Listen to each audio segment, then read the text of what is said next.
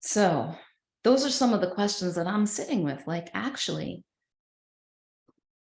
do we, if we want to share something, we want to share something that's real to us, something that we've seen that we might call an insight, something we've seen that we might call truth with a capital T. Are we sharing from a place that this person in front of us needs to change? Right. And is that serving? And I'm open to exploring that. That's kind of where I'm at. Not saying I get this, just sharing that, it feels so much cleaner to be aware of what's happening, but not to need it to be different, to be aware of what might be helpful, to notice if I actually have permission to go there. Like, am I in coach mode? Am I in friend mode? Listening ear? Just being? Those were a lot of questions. What did you hear, Tom?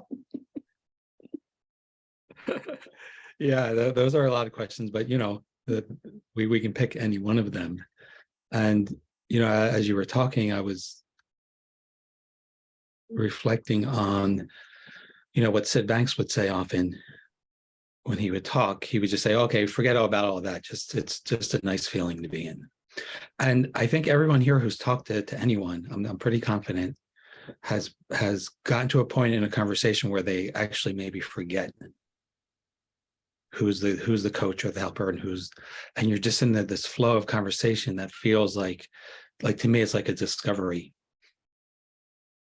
And in a way, like in the language of the principles, we're kind of relying on what we call universal mind to kind of carry the weight of what we're doing, and we can kind of let go a little bit or a lot maybe and get into the flow of that conversation.